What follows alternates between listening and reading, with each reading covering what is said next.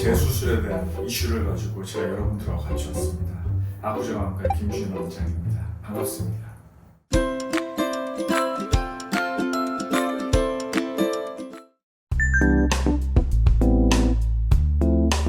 충분히 가능하죠. 요새는 전방 OCT도 있고 안테리어 OCT라고 하죠.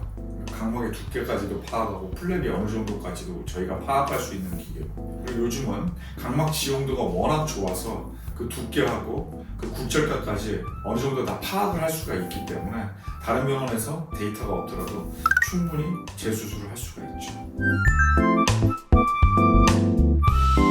라식을 다시 라식으로 하는 경우 플랩을 제끼고 해야 되는데 초심자들은 약간 좀 까다로워하죠. 그러나 숙련된 사람들은 그리 어려워하지 않습니다.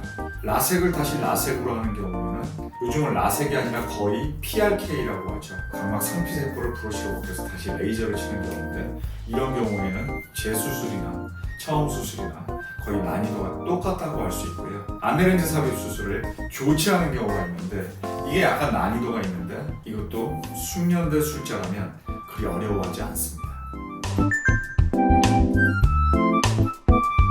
라섹에서 라식이 옛날에 안 됐던 이유는 첫 번째가 뭐냐 하면 그 각막의 형태가 평평하면서 이 끝이 갑자기 휘어지는 형태라서 이 마이크로케라톤 칼날을 가지고 자르는 경우에는 굉장히 불규칙하면서 이상하게 잘리는 경우가 많아요. 그래서 이 라섹을 해놓은 사람들의 각막을 절단하기가 굉장히 어려웠던 겁니다.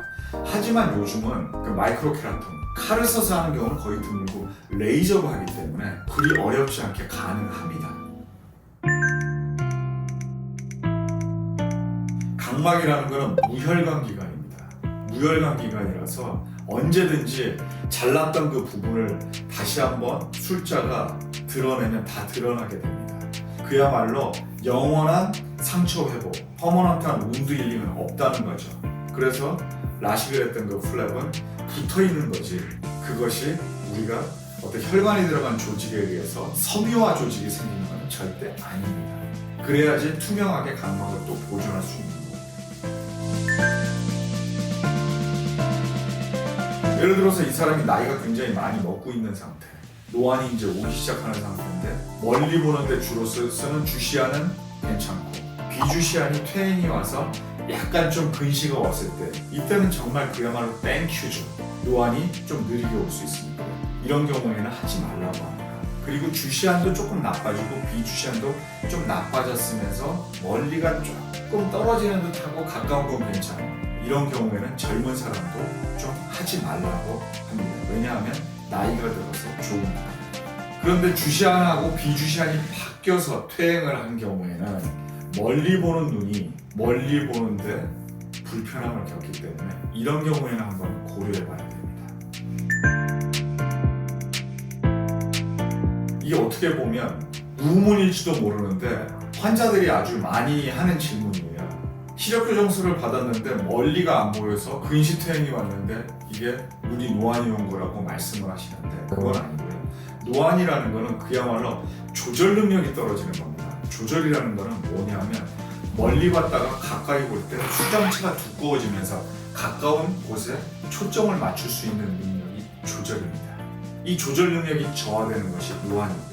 그래서 나이가 먹으면서 수정체가 좀 딱딱해지면서 두껍게 할 수 있는 능력이 사라졌을 때 노안이 오는 거거든요.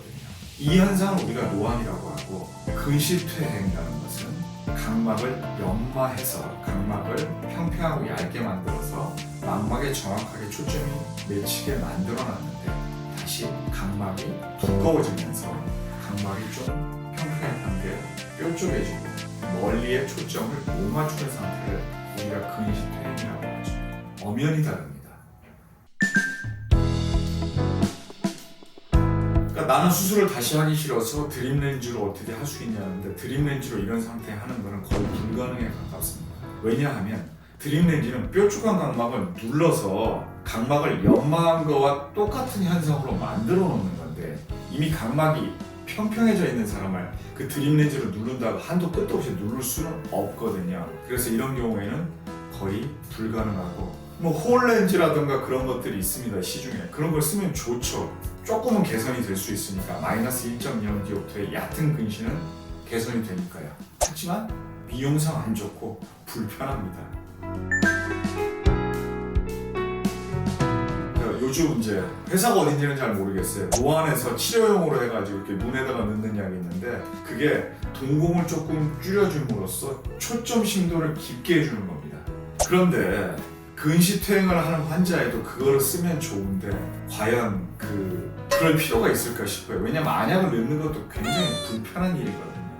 굳이 그럴 바에는 재수술을 하는 것이 훨씬 좋죠.